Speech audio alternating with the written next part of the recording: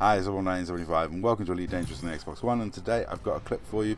This will be the first clip of many clips I feel coming from this CG, because this is a great CG for Piracy. A rare good CG is the God's gift to Piracy. We love a rare good CG. This is me and my Cobra Mark IV pirate ship getting exposed for the fact I have no flatline speed against this crate. But luckily for me, I spot a whale. I spot an even bigger and juicier target, something really worth taking on. Now, I love using small ships, and a lot of us bad guys do, because small ships are where it's at. They're way more fun, they're way more disposable. You can die 100 times in them and not care. Anyone who makes a big deal about killing a bunch of you in small ships, we just sit there and laugh at them, because it's like the most ridiculous thing to be proud about. Oh my god, you smashed a load of littlies. Oh, well done. But we killed one of your guys, and that guy's rebinds are worth more than all of ours combined. Sweet. You know, that's when you're scoring by numbers and you're looking at like, oh, we killed these cobras. It's like, just, it's not point scoring. We fly these ships for a reason. The reason I fly a Cobra Mark IV is a pirate ship. It's weak as anything, it's slow as anything, but it's fun and nobody's scared by it. If I interdict a relatively new commander in, say, a keelback or a Type 6 or a Type 7, they're not going to be so terrified they immediately log. Plus they're getting calming messages from me, such as pirate, cargo, Yarrr, or please stop, we're only after cargo, or something along that line, or please stop for scan, 24-hour pass if you comply. Things of that nature. Those sort of messages, and the fact I'm in a non-threatening ship, tends to help the interaction go more smoothly.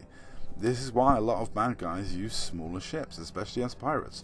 We love a good small pirate ship, a janky pirate ship. Things like the Pirate Dolphin, for example. They work wonders because people aren't scared by them. And that opens the door, and then we can have a fun interaction as bad guys. You know, that's what a lot of it's all about.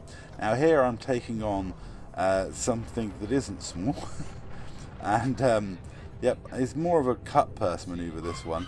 I'm looking to steal one limpet's worth and get the hell out of there before I get killed. That's basically what I'm planning to do here.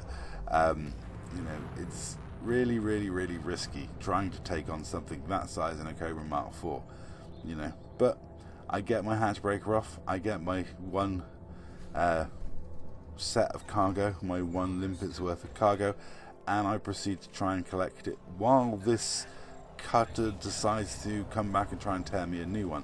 Now, the advantage of the Cobra Mark IV over the Cobra Mark III as a pirate ship is the fact that you can have about the same level of armor and still fit all your piracy equipment on board. So on my Cobra Mark III, if I have all the piracy equipment, my armor is very weak. Whereas on the Cobra Mark IV, I can afford a little bit more armor and still get all my piracy toys. I have everything on here: manifest scanner, hatchbreaker limpet, collector limpet, and cargo racks, and I've still got over 2,000 armor. So all in all, it's a pretty decent little tanky ship for this. Like I said, the thing that lets it down is the baseline speed, but that's part of the fun. Trying to pirate people when you're not in the best ship is way more fun than always being in a cutter. I very rarely use my cutter these days. It's just not a pirate ship that people enjoy meeting. They see a cutter, they log. It's pointless. So my general two pirate ships these days are my Cobra Mark IV, which is like a death trap if IED turn up with their, especially if they're using those Mambas with the emissive and missile builds. You know, you have to get out quick. And then I also use a Crate Phantom a lot as a pirate ship, which again can't stand up to a PvP ship. I think the last time I jousted someone with it was Tidy at one of the recent CGs, or one of those CGs of about a month ago, I think it was. Tidy decided to come at me while I was in my Crate Phantom, and really there's not a lot I can do in that thing.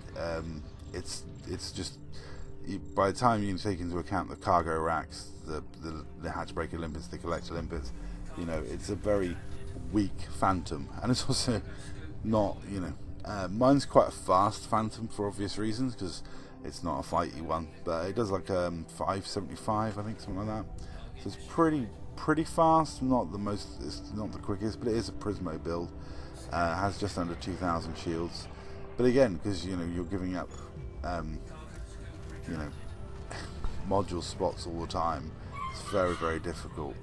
And in fact, I don't even think I have a manifest scanner on my Phantom at the moment. I just have the 3 boosters and the heatsink. That's if the community goal starts getting dangerous and I need a heavier pirate ship, that's the one I reach for. Because it can always get me out of trouble, get me back to my carrier, and then I can get a combat ship and come back and fight whoever in a proper combat ship. It's like my cutter. My cutter is not a combat cutter. It has no shield cell banks.